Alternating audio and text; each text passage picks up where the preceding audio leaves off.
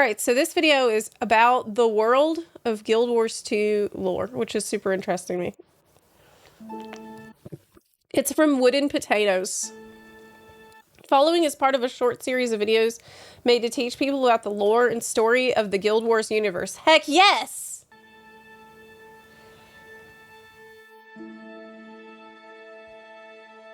Yes. Part 1. The World. The world, yes. The world in Guild Wars 2 is known as Tyria. This is the place you'll be spending most of your time adventuring on. It's a fantasy world of swords and magic, but with more advanced steampunk technology also in use like airships and guns. Tyria is a spherical planet, has a sun. Wow, did you do the graphics for this? Do the artwork. And moon, and isn't the only known world to exist in the universe. Indeed, it's said that humanity was brought to Tyria from another world over 1,000 years ago, making them aliens, but now, so much time has passed, very few remember this truth. Okay. While some characters have found ways to visit the other worlds using magic, we, the players, never have, so any planet other than Tyria remains largely a mystery. How many planets are there besides Tyria? Why did it... Okay. We don't need to ask. I need to ask a million questions yet. But is it true that most humans still don't know that they're alien? They don't know that aliens are human?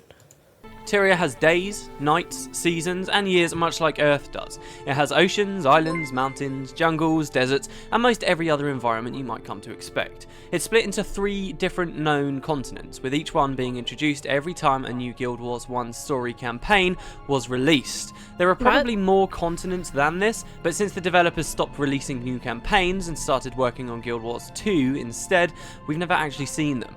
Tyria is a large world, but we've only seen a comparatively small slice of it. What? Okay. This is from quite some time ago. Is that still accurate? How much of the world is still, like, from Guild Wars 1, is still not in the game yet?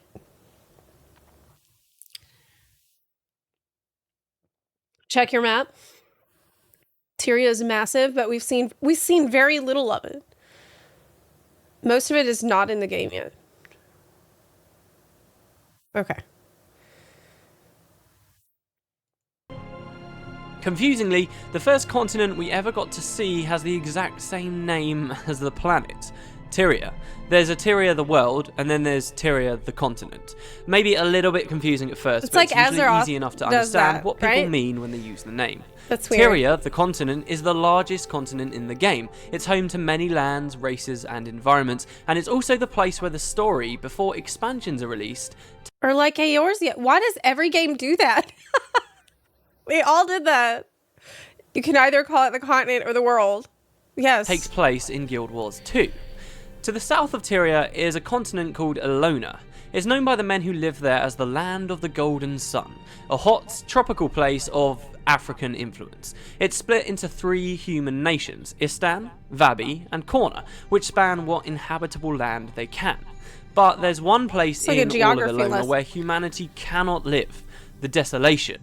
This sulphurous wasteland acts as a barrier between Elona and Tyria to the north, killing those who attempt to pass through it. In recent years, an undead lich has conquered all of Elona, causing contact with the people of this continent to become largely cut off. Even further south of Elona, far across the... Whoa. So, like, let me back up. One guy caused the whole area to get cut off? Even further south of Elona, to become largely... undead lich has passed through it. In recent years, an undead lich has conquered all of Elona, causing contact with the people of this continent to become largely cut off. Even further south of Elona... Yeah. Apparently so. Just one lich has caused the whole area to get cut off. That's insane. Everyone's just praised. I don't know what you're talking about. The ocean is another land, This is Cantha, the Dragon Empire. Cantha has a distinct Chinese or East Asian resemblance and can be split into 4 main regions. We've got Xingjie Island, Kaineng City, the Echovald Forest, and the Jade Sea. Humanity has flourished here with their cities spanning most of the northern regions, but owing to its vast remoteness... So, like, what kind of Asia vibes is Cantha? Is it like China? Or is it more like Japan? Or is it kind of like a smorgasbord of many kinds? It's like the Lich King, but in a desert. Oh. One guy, long story. It's players in Guild Wars 1 that are directly responsible for his rise in Guild Wars 2. Oh my god. Okay. It's all of them. It's more directly Korean. Okay. And its recent xenophobic practices, contact between those living in Tyria and those in Cantha is now almost non-existent. Neither Cantha nor Elona are actually accessible at the launch of Guild Wars 2, and you won't even see them on the world map. But it's important to remember that they're there. In-game, you'll actually find people who used to live in or are descended from those continents, and they'll talk to you about news of their homelands. So now, hopefully, you know where they're referring to. Tyria is the huge continent you will see on the map. This is the home of the 5 playable races, as well as... Okay, so all that's still accurate. There's still no one that's heard from Cantha in 100 years. Many lesser races. It's where the main storyline takes place, and much of it will be available for exploration.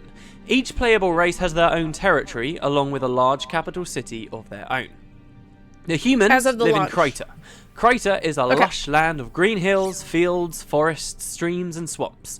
Humans have been killed and pushed back on all fronts in Tyria, so Crater stands as the last place of refuge for the race. They once called the coastal city Lion's Arch their capital, but this was destroyed by tidal waves years ago and rebuilt as a free state by pirates. So a new capital was named, Divinity's Reach, a massive city to the north where all humans, regardless of heritage, are welcome. Humans used to live in Ascalon too, far east over the Shiver Peak mountain. So who's actually in charge of Lion's Arch now? I never thought about that before. It seemed like it's just a big, like, other settlement. But this is now home to the Char. Queen Jenna is in charge of Lion's Arch. The council? Oh yeah, that's why Scarlet was trying to get influence on the... Okay, I remember that. A playable race that were at war with humanity for hundreds of years, a war which they won. The Char are very industrial and pollute areas of what is otherwise a beautiful land, more scenic even than Crater. The region's littered with humanity's ruins, in particular a massive wall that stretches many miles east to west. Built over hundreds of years, the Great Northern Wall was once used to keep the Char out of Ascalon, but now lies in shambles across the landscape.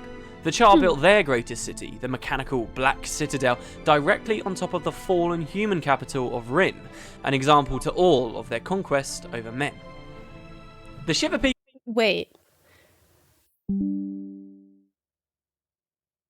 The Char built the Black Citadel on top of the old human capital, just like to show dominance over them after everything that happened at Ascalon.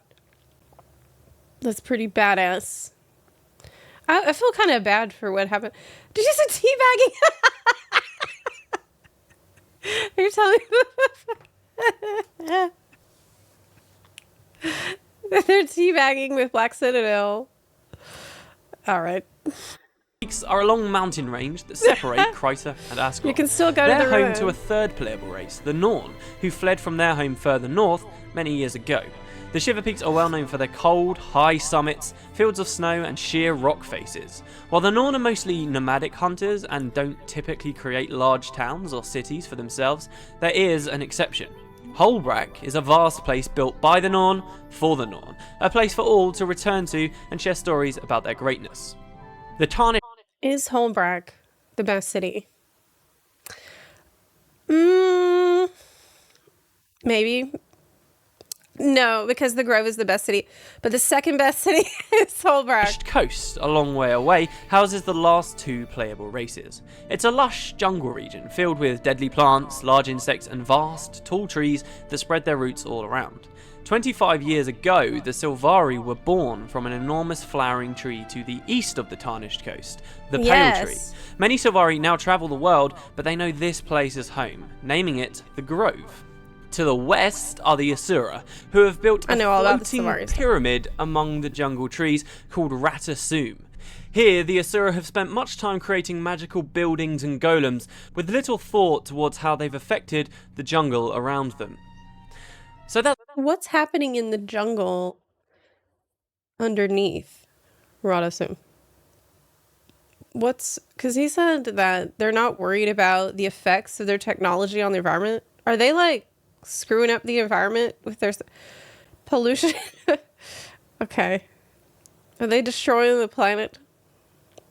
That's the 5 playable races, but aside from these guys and their territories, there are also many more areas in Tyria to be explored, though perhaps not all of them will be there at the launch of the game. North of the Tarnished Coast is the Maguma Wastes, a region once as thick with jungle as the Tarnished Coast itself, but now dried up and transformed to a land of red cliffs, cracked earth and dust. North of Cryta lie the Verdant Forests and the Isles of Cantha, which could be potential homelands for the Messart, a race of evil spellcasters from Guild Wars 1 that had... Hey, I know about them. It's the guy who was floating and he had his feet out. Yes. What was his name? I just met him and he was helping. He seemed nice. Yeah. Messart. A big role Lazarus in the original game. Then there's the Crystal Desert, once barren but now finding new life since the river Elon began to flow over its dunes. There's the Delgamore Front, a remote part of the Shiver Peaks once inhabited by the now extinct dwarves, and the Fire Island Chain, a string of active volcanic islands where the first game ended. Lastly, that's where we've been, right? That's where there was the weird circus. And where the Chalice of Tears is going to be at.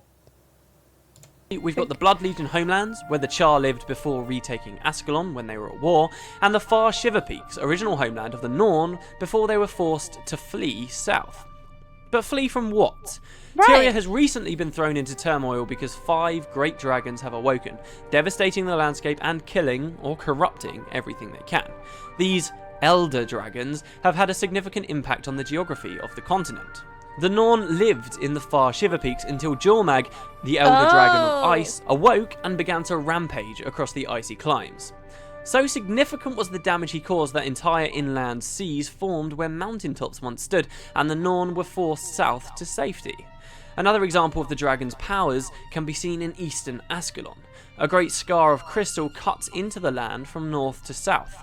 The Brand. It was created when an elder dragon woke up and flew south. As it travelled, everything beneath its flight path was instantly transformed to crystal, leaving behind a long, dark scar. Maybe the greatest change, though, that's glimpsed down, was in the lands of Or, which had long ago been sunk to the ocean bed. Zaitan, the elder dragon of the undead, raised the entire nation back above the surface, claiming the once sunken cities and lands as his own territory. So much earth and water was displaced from this violent movement that a series of tidal waves shred through the coastal areas of Cryta and the Tarnished Coast, transforming the landscape even more. The racers of Tyria have, despite the odds, survived these numerous disasters, and it's your job, when you get in game, to, starting with Zaitan, stop the Elder Dragons from destroying anything else. Okay. Wow, that was really awesome. That was super clear and short and sweet video. So that's what we know about Tyria. Next video, we'll rewind 250 years to the world before the dragons what a great bite-sized lore lesson. Woke up and changed so much. And we'll tell the story of Guild Wars 1. I have been paying close attention to the story though, but it was interesting for me to hear about stuff like, you know, the other planets, these places that I haven't seen yet. The Lich guy in the desert, I didn't know about that. Cantha, I don't know about. And stuff about Jormag, I don't really know anything about that at this point, which is interesting too. So, yeah, that wasn't half bad for its time. This video aged well. The more background you have, the more you'll enjoy the game. I totally agree with that. That's generally my approach to this kind of stuff. But yeah, I like that. So is Wooden Potato still making the Guild Wars 2 videos? Welcome, welcome! Yes! Wow! OG!